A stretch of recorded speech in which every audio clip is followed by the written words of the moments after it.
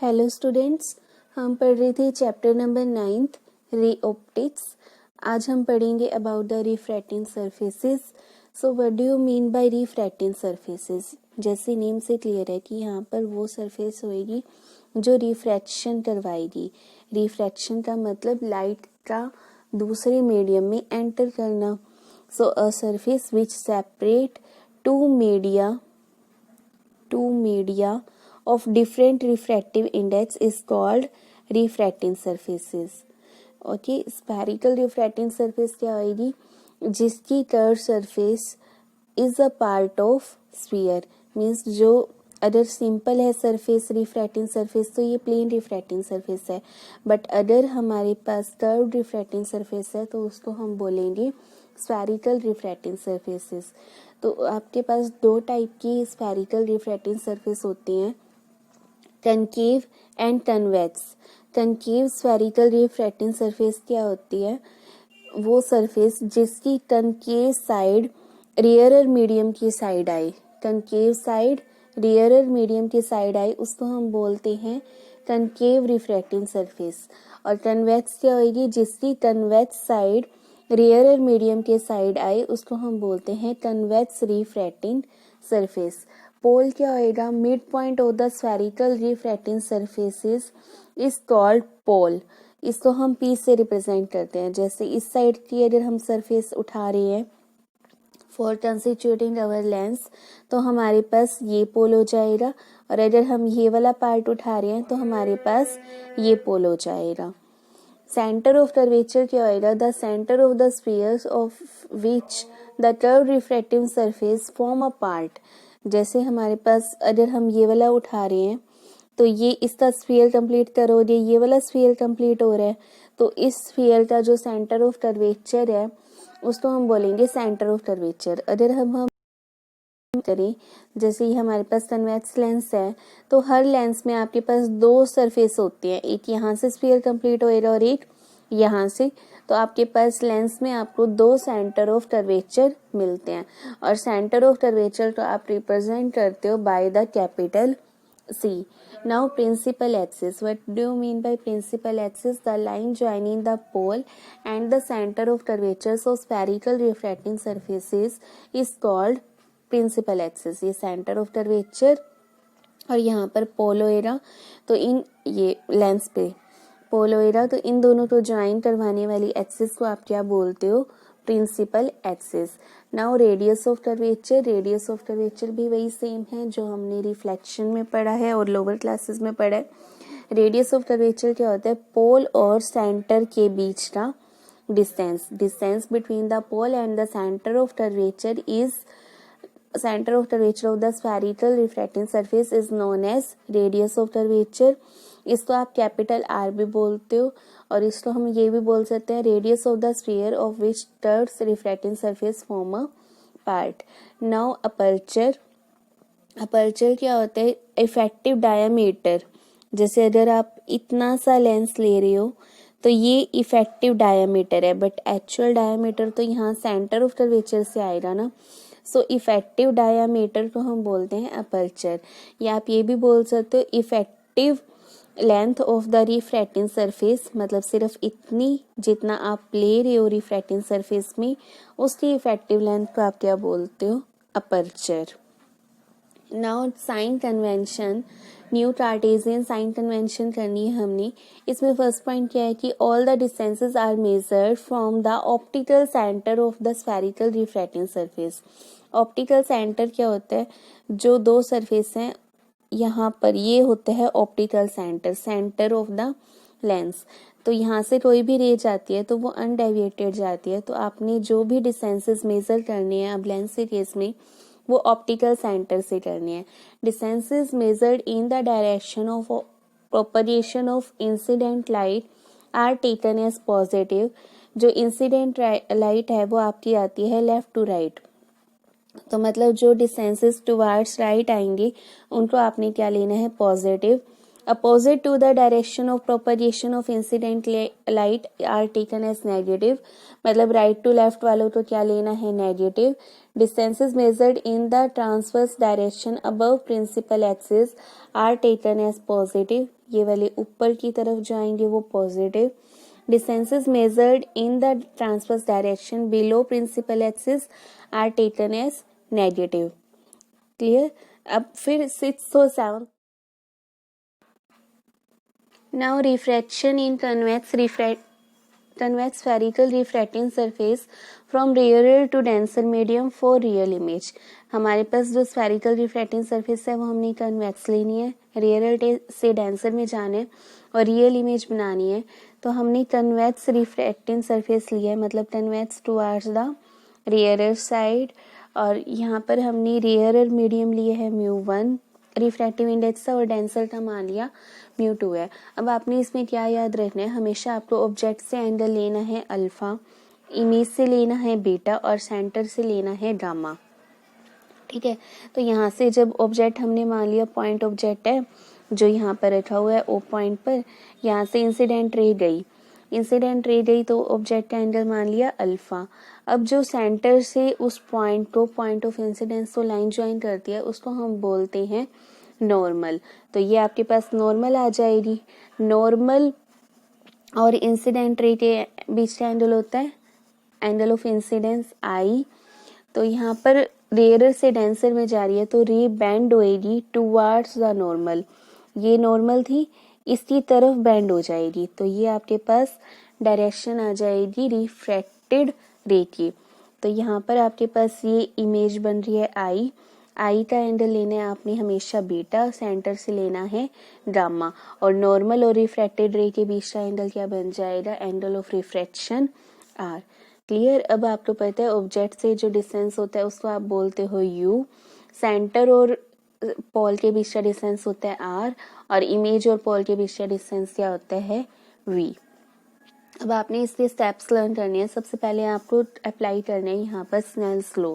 Snell's law क्या कहता था, साइन आई बाय में sine r is equal to होता है μ2 बाय μ1 या म्यू कॉन्स्टेंट होता है ना μ2 तो ये आ जाएगा μ2 बाय में μ1.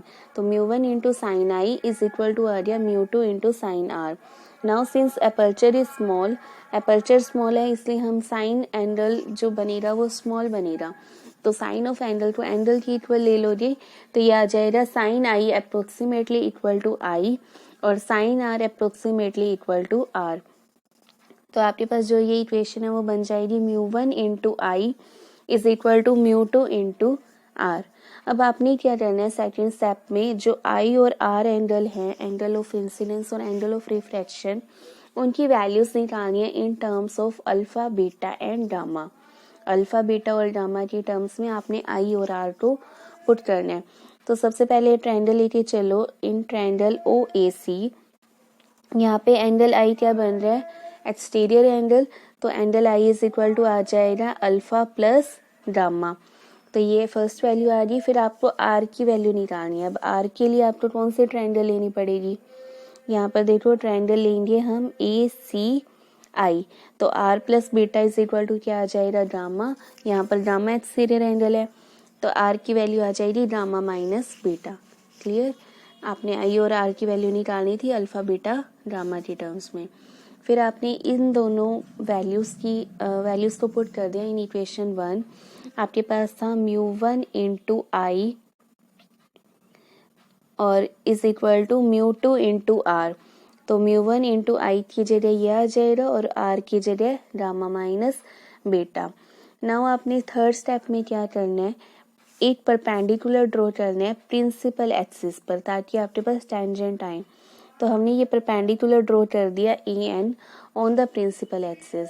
फिर ट्रायंगल जो ए एन ओ बन रही है आपके पास, ये ए एन ओ, इस ट्रायंगल में आपके पास अल्फा की क्या वैल्यू आएगी, टेंजेंट अल्फा की वैल्यू आएगी A N upon N O perpendicular by base. तो ये आ गई A N upon N O.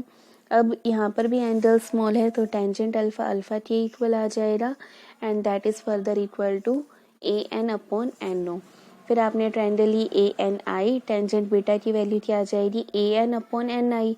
Perpendicular same है, बेस आपको पता ही है एन आई बनेगा. तो ये tangent beta approximately equal to beta that is A N upon N I. Similarly tangent gamma आ जाएगा A N upon N C और फिर इसको गामा के इक्वल ले लेंगे तो ये आ जाएगा ए एन अपॉन एन सी। अब ये सारी वैल्यूज उठा के सेकेंड इक्वेशन में पुट कर दो तो आपके पास आ जाएगा म्यू वन इंटू में A N upon N O plus A N upon N C is equal to mu two into A N upon N C minus A N upon N I. ठीक है, अब aperture small है तो हम A N को N P के इक्वल A P के इक्वल रख सकते हैं। ये हमारे पास ए एन था और ये पॉइंट पी था, तो अब ये देखो अपर्चर स्मॉल है तो ये डिस्टेंस स्मॉल ही रह जाएगा। ये इस टाइप से बन रहा है ना हमारे पास, ये ए एन और ये ए पी, तो आपने क्या करना है ए एन को ए पी के इक्वल रख देना है।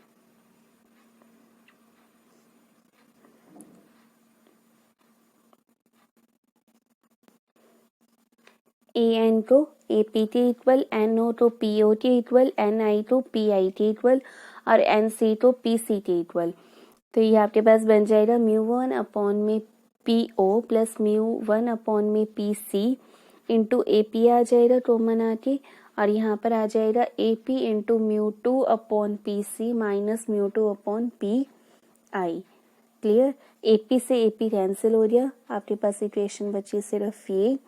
तो यहाँ पर आपने म्यू वन बाय में पी ओ और ये जो म्यू टू अपॉन ये था ना, इसको हमने लेफ्ट साइड में ले आई और mu two minus mu one इधर कर दिया। अब यहाँ पर देखो हमने क्या किया है कि जो डिस्टेंसेस हैं वो मेज़र किए हैं फ्रॉम द पोल, बिकॉज हमने अभी लेंस नहीं बनाया। अगर लेंस बना लेंगे तो हम ऑप्टिकल सेंटर से ही करेंगे, बट अभी हमारे पास लेंस नहीं है, सिर्फ रिफ्रैक्टिंग सरफेसेस हैं। सो हम जो डिस्टेंसेस मेजर कर रहे हैं वो from the pole of the refracting surface कर रहे हैं।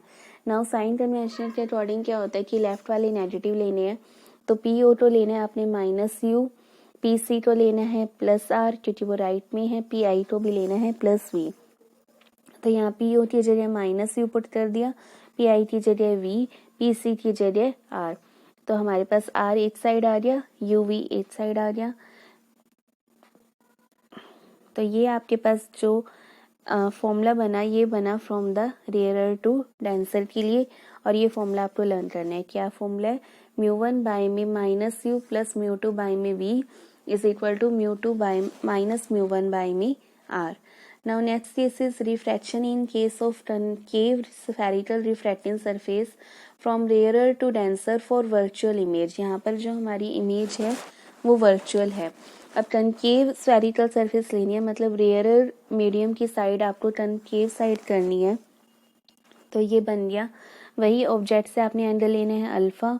अब ये क्या जा रही है from rarer to denser, normal की तरफ बेंड होगी, बट यहाँ पर सरफेस का फर्क है, सेंटर से ज्वाइन नॉर्मल ऐसे आ रहा है, तो नॉर्मल की तरफ जब हम बेंड करेंगे तो ये डाइवर्जिंग नेचर बन रही है। डाइवर्जिंग नेचर के कारण हमें जो इमेज मिलेगी वो वर्चुअल मिलेगी। तो हमने पीछे ज्वाइन किया तो ये इमेज बन गई, ये सेंटर था। फिर हमने वही स्टेप्स अप्लाई करने हैं। फर्स्ट स्टेप में हमने क्या किया था, स्नेल्स लॉ अप्लाई किया था। स्नेल्स लॉ क्या होता है, mu one into sine i and is equal to mu two into sine r. तो साइन आई तो अप्रोक्सीमेटली आई ले सकते हो, साइन आर तो अप्रोक्सीमेटली इक्वल टू आर ले सकते हो। तो ये आ जाएगा mu one into I is equal to mu two into are. फिर आपने क्या करना है, अल्फा बीटा गामा के टर्म्स में आई और आर की वैल्यू निकालनी है। तो पहले ट्रायंगल लेके चलो ए ओ सी। यहाँ पर जो आपके पास गामा एंगल बन रहा है वो एक्सटीरियर एंगल बन रहा है। ये यहाँ से गामा एक्सटीरियर बन रहा है। गामा की वैल्यू आ रही है आई प्लस में अल्फा। फिर आई की वैल्यू निकालोगे तो आर माइनस अल्फा आ जाएगी।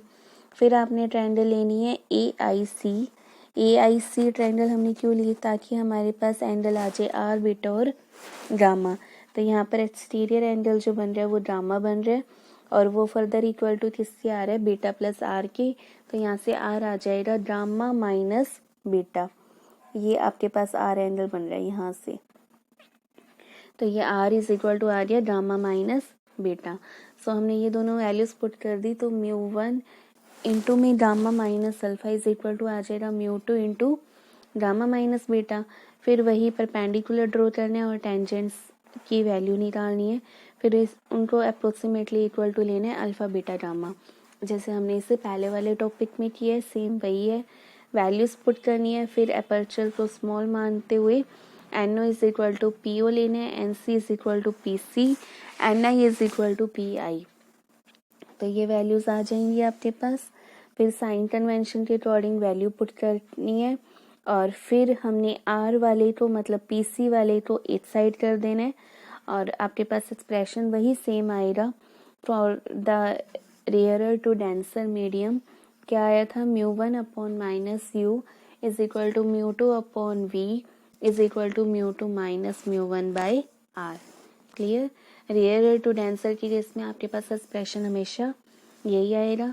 Now next is refraction of convex refracting surface from denser to rarer medium, और हमने बनानी है रियल इमेज। यहाँ पर हमने जो सरफेस लेनी है वो कन्वेक्स लेनी है। कन्वेक्स लेने का मतलब जो कन्वेक्स सरफेस है वो टुवर्ड्स द रियरर मीडियम है। अब यहाँ पर जो रियरर है वो राइट साइड में है, तो आपने रियरर मीडियम की साइड ही लेनी है कन्वेक्स, तो आपके पास ये आ जाएगा।